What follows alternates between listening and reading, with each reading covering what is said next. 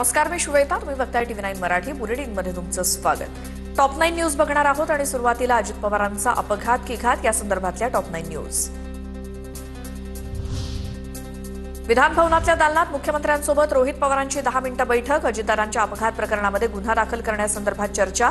पोलिसांशी चर्चा करून तांत्रिक अडचणींबाबत माहिती घेतो असं मुख्यमंत्र्यांनी आश्वासन दिल्याची रोहित पवारांची माहिती.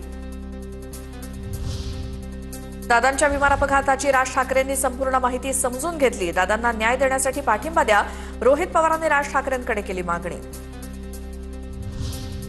अजितदादांचा अपघात धुक्यानं की धोक्यानं? रोहित पवारांच्या भेटीनंतर राज ठाकरेंचा सवाल.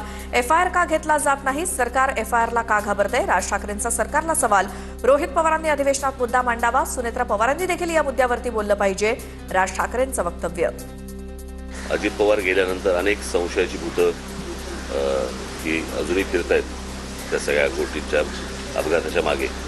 अपघात हा धोक्याने झाला का धोक्याने झाला हे अजूनपर्यंत महाराष्ट्राला समजत नाहीये. एफआयआर नोंदवून का नाही घेतला जात आहे एवढ्या गोष्टींचं फक्त उत्तर सरकारने द्यावं. सरकारी दबावामुळे एफआयआर जर नोंदवला जात नसेल, तेही अजित पवारांसारख्या व्यक्तीसाठी, तर याच्यात काय नेमकं काळबेरं आहे?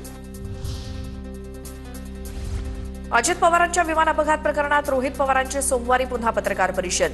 नवीन माहिती आणि धक्कादायक पुरावे मांडणार असं ट्विट.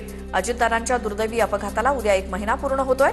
उद्या AIBचा प्राथमिक अहवाल येईल, त्यातून सत्य बाहेर येईल आणि रोहित पवार यांनी व्यक्त केली अपेक्षा. मी विरोधात असल्यामुळे एफआयआर घेतला जात नाही. सत्तेत असणाऱ्यांनी एफआयआर नोंदवून घेण्यासाठी मदत करावी. रोहित पवारांचं अजित पवारांच्या राष्ट्रवादीच्या नेत्यांना आवाहन. मी विरोधात आहे म्हणून तुम्ही माझा एफआयआर घेऊन देत नाही तर घेतला जात नाही. तुम्ही सत्तेत आहात ना, तुम्हाला काय माझ्याबद्दल वाटायचं वाटू द्या. मग सत्तेचा वापर करून तपास काय दिशेने जातो हे आपण तात्पुरता बाजूला ठेवा. साधा एक एफआयआर करून देण्यासाठी थोडीशी मदत तरी करा. रोहित पवारांकडनं छिछोरेपणा. अपघात प्रकरणाला राजकीय झालर देण्याचा प्रयत्न. अनिल पाटलांची रोहित पवारांवर सडकून टीका.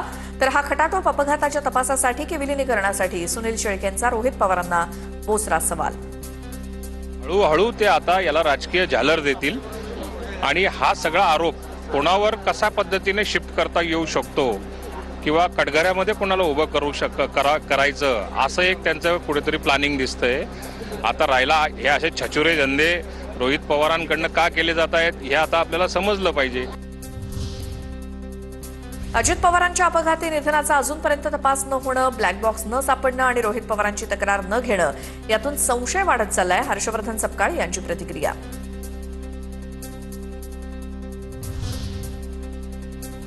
मंत्री संजय शिरसाट आणि रोहित पवार यांची भेट. VSR विमान न वापरण्याचा योग्य निर्णय घेतला. रोहित पवारांकडनं शिंदेंच्या शिवसेनेचे आभार. उद्या उपमुख्यमंत्री शिंदेंना भेटणार. नाशिककडे जाताना VSR कंपनीच्या विमानातनं मुख्यमंत्री फडणवीसांचा प्रवास. उपमुख्यमंत्री सुनेत्रा पवारांचाही फडणवीसांसोबत प्रवास.